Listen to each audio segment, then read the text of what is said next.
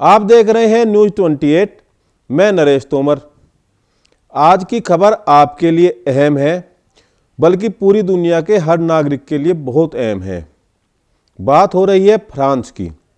France में जिस तरह लोगों का गला रेता जा रहा है, उसको लेकर पूरी दुनिया अचंभित है और कहीं ना कहीं पूरी दुनिया दो हिस्सों में बंटती दिख रही है।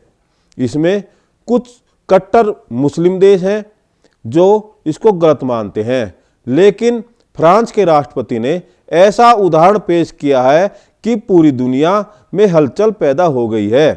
फ्रांस में जिस शिक्षक की गला काटकर हत्या कर दी गई थी, उसकी अंतिम क्रिया के समय फ्रांस के राष्ट्रपति खुद आकर खड़े हो गए। यह एक संदेश पूरी दुनिया में दिया कि हम किस तरह इस विपदा से निपटेंगे। राष्ट्रपति सिर्फ यहां खड़े ही नहीं हुए, बल्कि उनके जवाब से पूरी दुनिया के इस्लामिक देशों में हलचल पैदा हो गई। जिस कार्टून की वजह से हत्या हुई, उस कार्टून को फ्रांस के हर शहर, गली, मोहल्ले और दीवारों पर लगाया गया। बल्कि इतना ही नहीं, शहर की बिल्डिंग पर प्रोजेक्टर के माध्यम से विशालकाय कार्टून प्रदर्शित किया गया। बल्कि पूरे फ्रांस की सड़कों पर भारी भीड़ हाथों में लेकर कार्टून को लेकर रैली करती रही। यह एक संदेश था पूरे इस्लाम कंट्री के लिए, पूरे ऐसे देश के लिए जो फ्रांस के विरोध में खड़े हो गए थे। उनका कहना यह था, अब पूरा फ्रांस इस चीज का विरोध कर रहा है, आप किस किस के गले काटोगे।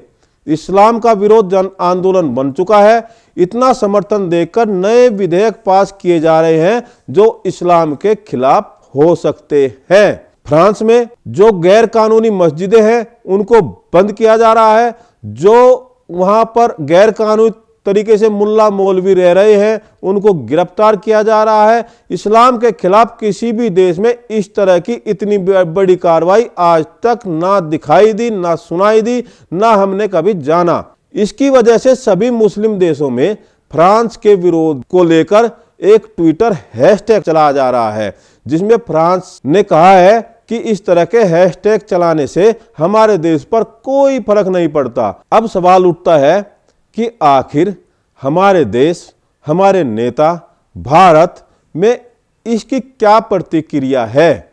आम लोगों का कहना है कि काश अपने देश में भी फ्रांस जैसे राष्ट्रपति होते, जिसमें इतना जिगर होता और वहां की जनता की तरह यहाँ की जनता भी एकजुट हुई होती। 70 साल में हिंदू नहीं समझ पाया कि एक परिवार इस देश को फिर से धर्म के आधार पर बंटवाना चाहता है।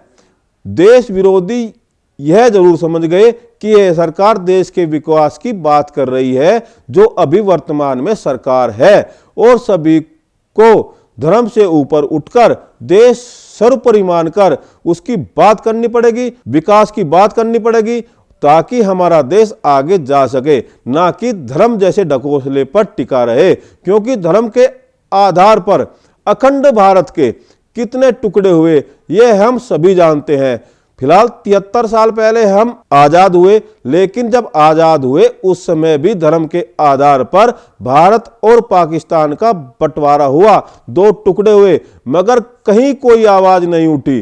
कुछ लोगों ने यहां पर फिर भी ऐसे लोगों को बसाया जिन्होंने देश का बंटवारा किया था धर्म के आधार पर। आज भी हमारे बीच हैं, आज भी बात करते हैं, आज भी कहते हैं हम नया देश लेंगे।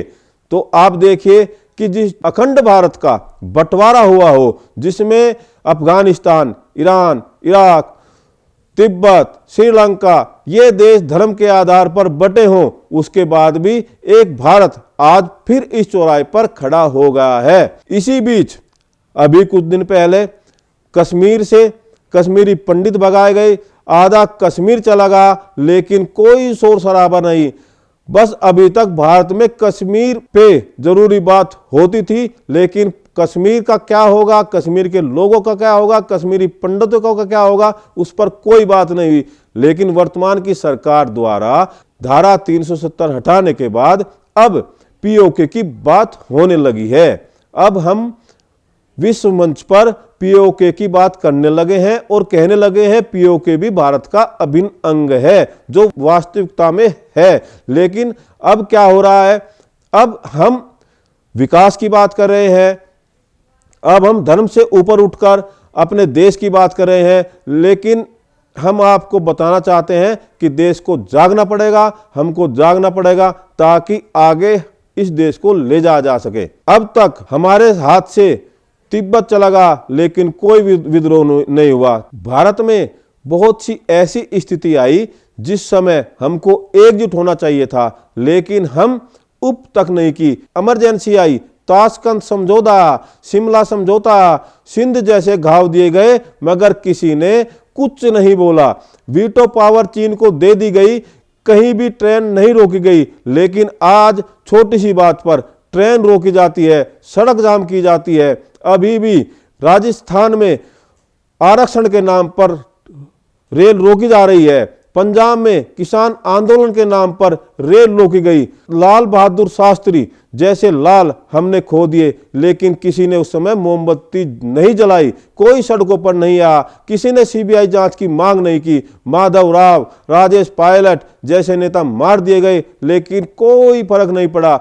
लेकिन जैसे ही गौ बंद करने की बात हुई, देश में प्रलय आ गया। जैसे ही राष्ट्रगान अनिवार्य करने की बात की गई तो लोगों ने सीखने की बात कही। वंदे मातरम, भारत माता की जय बोलने वालों की जीभ काट लेने की बात की गई।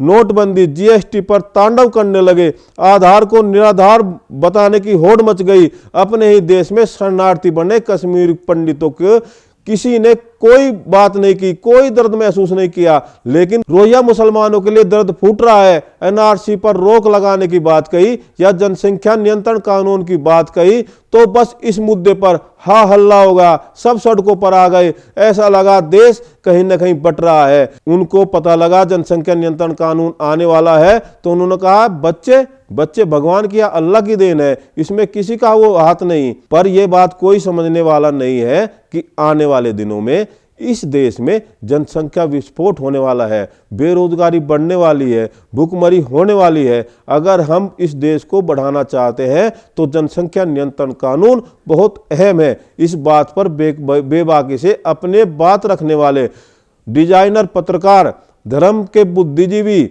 और पिछली सरकार और उनकी चाटुकारिता करने वाले कुछ लोग आज भी इस बात को नहीं समझ पाए, किसी के समक्ष नहीं उठा पाए। आखिर देश की अहम समस्या है क्या? ऐसा लगता है कि पूरी कायनात ऐसी साजिश कर रही है और इतनी शांति से कर रही है कि किसी दूसरे को मालूम भी नहीं है।